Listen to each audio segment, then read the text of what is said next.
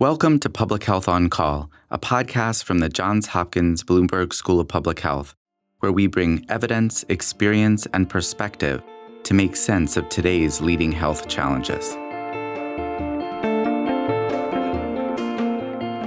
If you have questions or ideas for us, please send an email to publichealthquestion@jhu.edu. That's publichealthquestion@jhu.edu for future podcast episodes. It's Lindsay Smith-Rogers. Today, countermeasures for Ebola. While many assume that we already have vaccines and treatments, the reality is much more complicated. Different species of Ebola don't all respond to the same tools, and some have none at all. Stephanie Desmon is joined by Johns Hopkins vaccine expert Dr. Anna Durbin to discuss what's known, what's missing, and what it will take to respond to the current and future potential outbreaks. Let's listen. Anna Durbin, thanks so much for joining me. It's my pleasure as always, Stephanie. I love our chats. Me too. Today we're talking about a really serious topic, which is Ebola. We're hearing a lot of reports about an outbreak that has started in the DRC, and there's a lot of fear that it could expand. But when people hear about an Ebola outbreak, they assume we already have a vaccine. And I'm wondering if that's true in this case. It is not true. And I think some of that has to do with our nomenclature, or how we call things. So Ebola disease is caused by Ebola Zaire, which is a member of, we'll call it, the Ebola family of viruses. And there are three of those that cause disease in humans. And the one that we're currently experiencing, Bundibugyo, I forgive my pronunciation, and Thai forest virus, as well as Ebola Zaire. So we have a vaccine for Ebola Zaire. We do not have a vaccine for Bundibugyo. And you can't use the Zaire vaccine against this new species. No, there are about 50% difference in the target of the Ebola Zaire vaccine. So the concern is that it won't have that efficacy that we need. The good news is that CEPI, which is an organization that's really focused on finding vaccines for emerging pathogens, as well as IAVI, are both funding efforts to develop vaccines for Bundibugyo. So I think that's good news. One of the vaccines is going to be very similar to the platform that's used for the Ebola Zaire vaccine, which is a vesicular stomatitis virus construct that expresses the antigenic protein of Bundibugyo. CEPI is funding the second vaccine that I'm going to talk about. IAVI is funding the VSV vaccine that I just talked about. CEPI is funding a vaccine that's based on the same platform that was used for COVID-19 vaccine, which is the ChAd-Ox, or the chimpanzee adenovirus vector vaccine that will be specific for the Bundibugyo virus. So we do have two vaccines. However, those have to be developed, they have to be produced, and they have to be evaluated for safety and then for efficacy. So it's going to take months at a minimum before these vaccines could be utilized to help control the outbreak. There is some good news in that one of the treatments that we have for Ebola Zaire is something called a monoclonal antibody. And right now we have an approved cocktail of 3 monoclonal antibodies for Ebola Zaire. And it's been shown that one of the monoclonal antibodies in that cocktail does have some effectiveness, or has some activity against Bundibugyo. So they may start testing that to see if they can treat or prevent some of the cases. But again, it's very early days. We don't have strong evidence that that's going to be enough. We definitely need new vaccines, and we need new treatments for each of the different Ebola viruses that have already caused outbreaks in the world. And that's Ebola Sudan, Bundibugyo, and Ebola Zaire. We still don't have vaccines for Sudan or treatments for Sudan should there be another outbreak. So the success of the Zaire Ebola vaccine was a major public health achievement. But we're starting from square one now. Is that what's happening? This disease is really sort of running rampant because we don't have anything to treat it.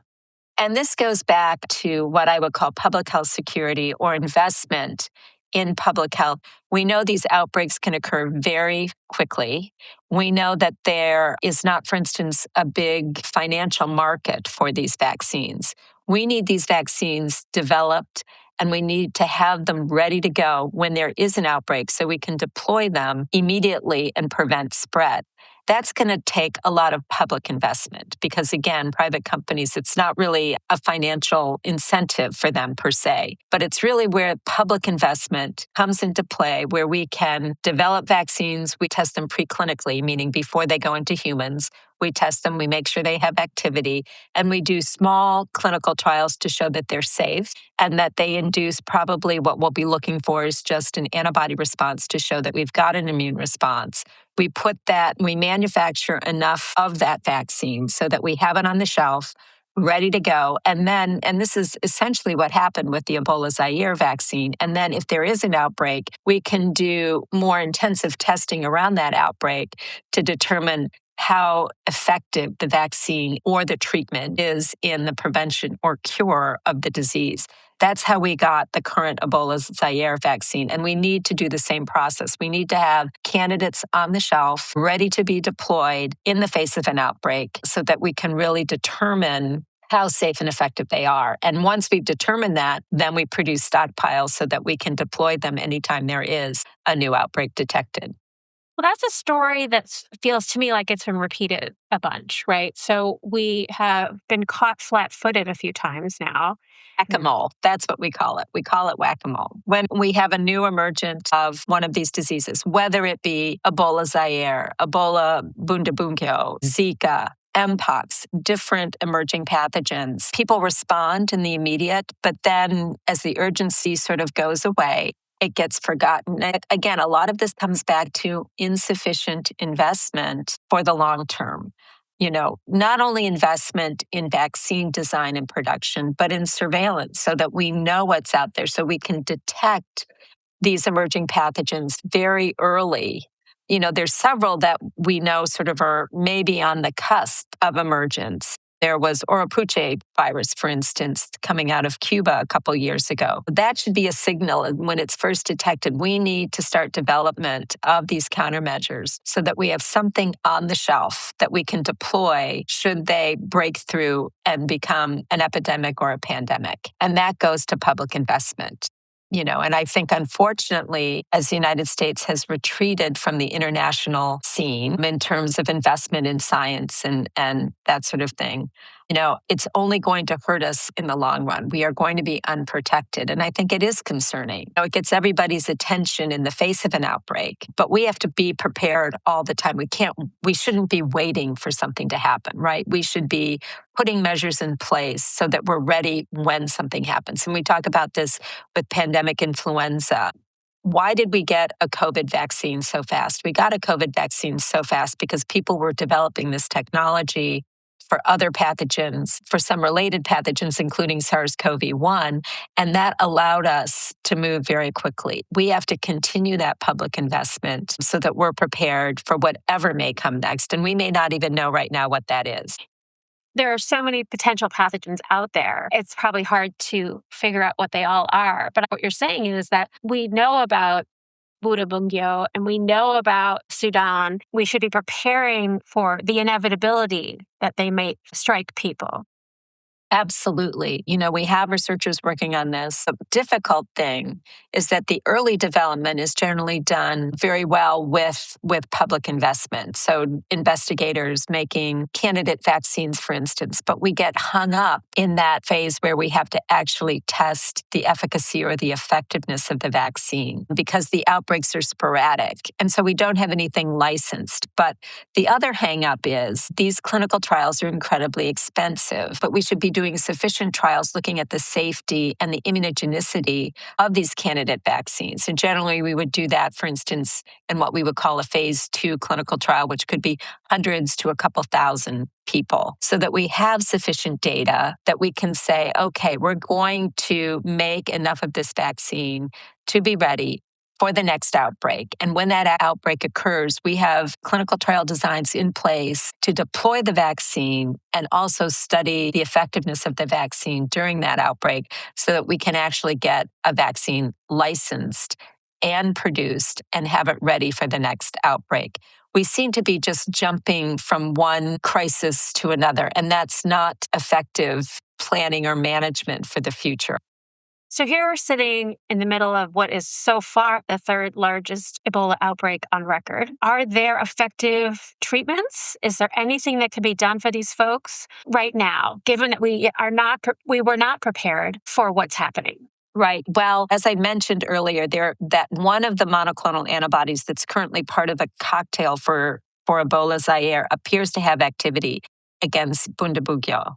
Now, there's another monoclonal antibody that was derived from a previous Bundibugyo outbreak patient. That, though, has not been commercialized yet. So we don't have large-scale production. We don't have that monoclonal antibody currently available. We do have, as I said, the monoclonal antibody that's licensed as part of the 3 monoclonal antibody cocktail for Zaire. I imagine that will start to be tested during this outbreak to see how much activity it is. We have 3 vaccines that are currently in development that are being funded by CEPI and IAVI. I forgot to mention one. One is a Moderna mRNA vaccine that's specifically for Bundibugyo. Again, that's going to be months at a minimum before we get the lots produced for the vaccine, enough data to say, yes, we can test this actually in Ebola patients. But hopefully we will get those moving and we will have those available at some point in the not too distant future, hopefully sooner rather than later. And they may be able to be evaluated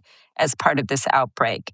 But again, it goes back to essentially your basic measures of how you care for Ebola patients, communication around Ebola so people don't panic, not treating patients as pariahs, but treating them with compassion and care and ensuring that the physicians, the healthcare workers are protected to the best that we can protect them.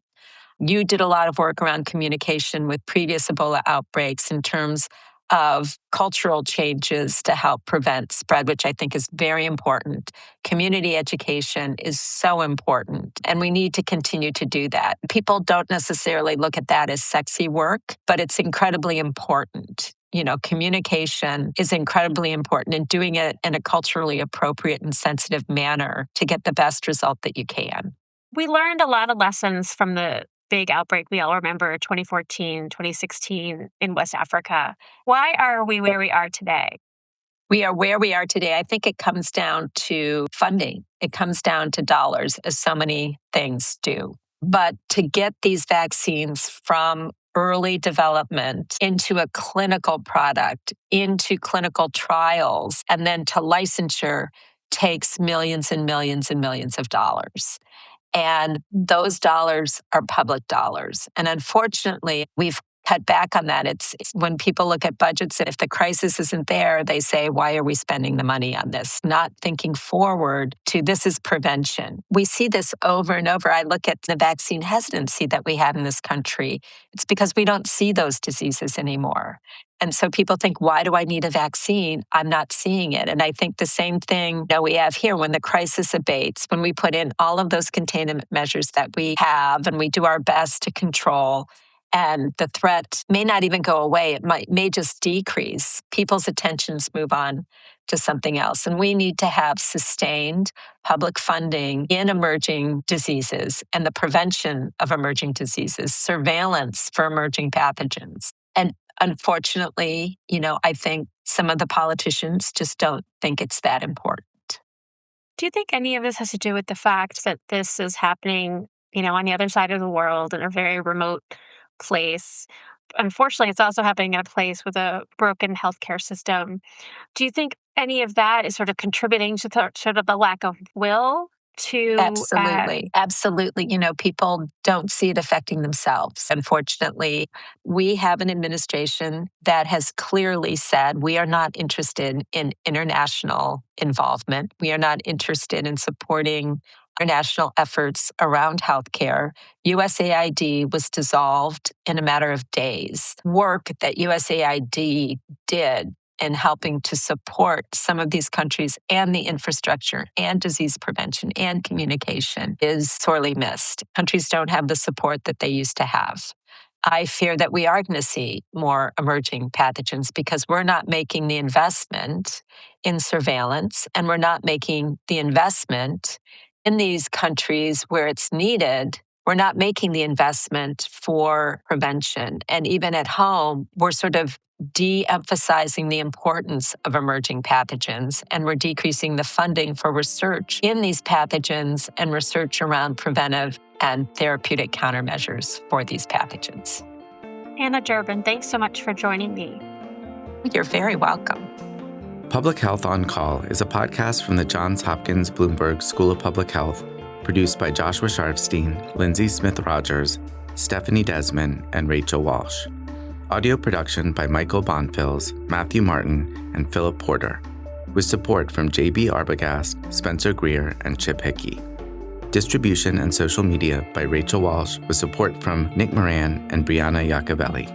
Follow us on Instagram and Blue Sky at Public Health Pod for more public health takes and special content.